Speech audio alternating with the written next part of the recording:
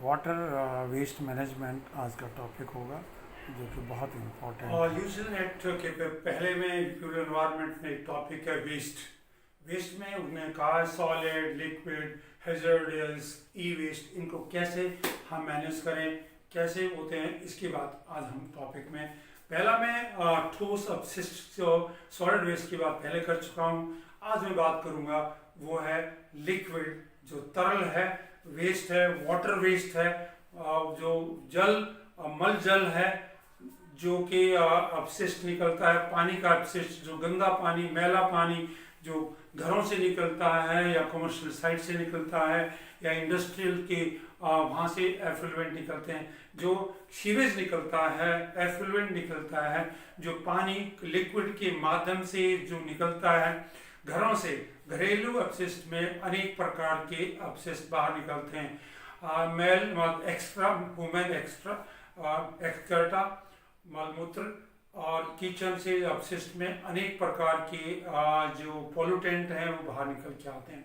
ऐसे ही ऑयली और ग्रीस होते हैं जो कमर्शियल साइट जैसे होटल है, कैफे है, जहाँ और कोई चीज़ें हैं जहाँ पर जो निकल के आता है वो ग्रीसी ऑयल होता है। और इंडस्ट्रियल जो औद्योगिक जो हमारी इकाइयाँ हैं उससे बहुत प्रकार के मिक्सर करके नाइट्रेट, एसिडिक, अल्कलाइन, अम्लीय, एसिडिक, अल्कलाइन प्रकार के बहुत से वाटर में घुलकर अपशिष्ट आते हैं जो कि मानव के लिए और मानव के एनवायरनमेंट के लिए खतरनाक है।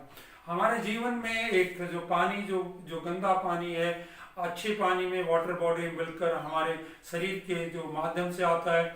अर्सनिक की एग्जाम्पल वेस्ट बंगाल के अंदर है। बहुत से ऐसे तमिलनाडु है जहाँ फास्फेट ज़्यादा है, फ्लोराइड ज़्यादा आ जाता है। फ्लड के कारण, पानी के कारण नीचे जो पानी से हमारा जो वाटर टेबल से जो पानी आता है उसमें फ्लोराइड होता है, कारण हमारे दांत खराब होते हैं। ऐसे हमारे बहुत से ऐसी चीज़ें जो गंदा पानी फिल्टर होके नीचे हमारे फूड चेन के माध्यम से, मैंने आपको बताया था कि नाइट्रेट की मात्रा होने के कारण ब्लू बेबी सिंड्रोम होता है। इसलिए जरूरी है कि इस प्रकार के जल जो निकल के आता है, बड़े बड़े महानगरों में इस समस्या बहुत ज़्यादा है।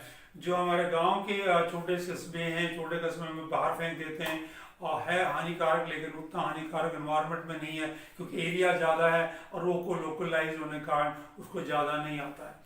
दोस्तों ये कैसे हम इसको मैनेज करें, हमारा जो आज का विषय है कि जो मैल प्रवाह जल का मैल जल है उसको हम कैसे, हाउ टू मैनेज दम, कैसे करते हैं। मेरा काम है यहाँ पर वेस्ट, जो वेस्ट है और वो वेस्ट लिक्विड में वेस्ट है और लिक्विड का है, उसको हम कैसे इसको मैनेज करें। लिक्विड में हमारा सीवेज है, सीवेज जिसको हम के मल जल के नाम से मैं कहूँगा। जो हमारा एफ्लुएंट है, एफ्लुएंट जो हमारा पानी बाहर निकलता है, पानी वाटर जो वेस्ट वाटर है उसको हम कैसे करें। वेस्ट वाटर वो क्या क्या होते हैं। पहला काम तो फिजिकल है, पहला जो हमारा फिजिकल, पहला काम हमारा एक पहला प्राइमरी है, उसको हम प्राइमरी हमारा है कि उसको हम छान लें, स्क्रीनिंग कर लें, स्क्रीनिंग छान लें उसको हम। जो ऊपर जो मोटा मोटा कोई कचरा है, जो सॉलिड जो हमारा जिसको हम जो ऊपर हमारे वो सॉलिड्स हैं जो तैरते हैं, उसमें कुछ ऐसी चीज़ें हैं जो उनको हम पानी से बाहर निकाल के छान सकते हैं। पहला काम तो ये है हम उसको। दूसरा देखोगे कुछ पानी के अलग अलग कलर होते हैं, ब्लैक हो गया, किसी ब्लू है, येलो है, उसकी स्मेल भी अलग अलग, उसमें पंजेंट स्मेल है, बहुत तीखी स्मेल है, किसी में स्मेल है नहीं, गंदा पानी है तो उसमें बदबू आती है। अलग अलग प्रकार के पानी होते हैं और उनका ट्रीटमेंट भी अलग अलग होता है। और उस काम के लिए हम उसमें एक केमिकल प्रोसेस जो है, केमिकल रासायनिक विधि का प्रयोग करते हैं। केमिकल की बात करें, केमिकल प्रोसेस की हम बात करेंगे। पहला काम है हमारा, पहला है हम चूना डालते हैं और उसको हम प्रेसिपिटेशन बोलते हैं। प्रेसिपिटेशन होता है, उसको अवक्षेपण कहते हैं। अवक्षेपण, ये अवक्षेपण जो है वो क्या करता है, हमारा चूना जो कैल्शियम ऑक्साइड है उसमें डाल देते हैं। उसमें पहला काम ये है कि जो हमारा फॉस्फेट है, फॉस्फेट की मात्रा उसमें ज़्यादा है तो 80% हम फॉस्फेट निकाल सकते हैं। दूसरी बात यहाँ पर ये है हमारा जो कैल्शियम ऑक्साइड है, चूना है, उससे हम इस तरह का, ये हमारा एक, this is one part of this one. हमारा ये जो एक, हम कई बार देखा होगा कि हम चारकोल, एक्टिवेटेड चारकोल का भी इस्तेमाल करते हैं। एक्टिवेटेड चारकोल नंबर 2 हमारा activated charcoal. Activated charcoal, activated जो चारकोल है, जो कि कोयला है, उसका भी इस्तेमाल करते हैं। ये हम वो क्यों इस्तेमाल करते हैं कि हम उसको एक वो अपने में शोषित कर लेता है। एडजॉर्प्शन की बात कहूँगा, इसका मतलब यहाँ पर है, ये अवशोधन करेगा। अवशोधन मतलब ये पानी का ये वाला चारकोल उसको जो है अवशोधन करेगा। उसके अंदर जो बीमारियां होंगी वो उसको वो अपने खींच लेगा। कुछ जो ऑर्गेनिक कंपाउंड है, तो ऑस्मेसिस का एक विधि है जो यूवी रेट से होता है। नंबर 2 हम ओजोन का इस्तेमाल करते हैं। ओजोन या हाइड्रोजन पेरोक्साइड के द्वारा हम ऑक्सीडेशन करते हैं और डिजॉल्व जो हमारा जो ऑर्गेनिक कंपाउंड है उनको हटाया जा सकता है। तीसरा हमारा 5वां है क्लोरीनेशन का मतलब हम उसको क्लोरीनेशन करते हैं। जब हमारे घरों में पानी होता है तो जो पानी गंदा पानी होता है उसको हम कीटाणु ना हो, उसमें माइक्रोब ना हो, पैथोजन ना हो, तो पैथोजन को हटाने के लिए क्लोरीनेशन किया जाता है। तो हमारे लिए सिंपल सा क्या है कि हमारे 3 तरीके हैं। नंबर 1 प्राइमरी स्क्रीनिंग करते हैं। दूसरा हम उसमें सेडिमेंटेशन में सेडिमेंटेशन कर लेते हैं, प्रेसिपिटेशन कर लेते, सेडिमेंटेशन करते हैं, उसको छान लेते हैं, निथार देते हैं और जो कंटेम्पलेटेड जो हमारे कीटाणु होते हैं उनको निकालने की कोशिश करते हैं। थर्ड में हमारा टर्सरी होता है।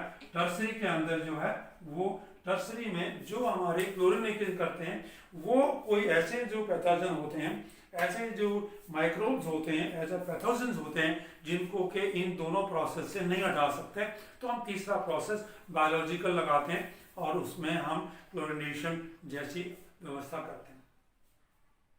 तो मैं कह रहा हूं अंत में कि हमारा लिक्विड जो अमल मूत्र है, जो हमारे एनिमल और मैन के एक्सक्रेटा, उसके दूसरा मलमूत्र जो होता है उससे, और जो किचन, कमर्शियल और इंडस्ट्रियल से जो निकलता है वो सही नहीं है। उसमें बहुत ऐसे ऑर्गेनिक कंपाउंड्स हैं जो कि हानिकारक हैं।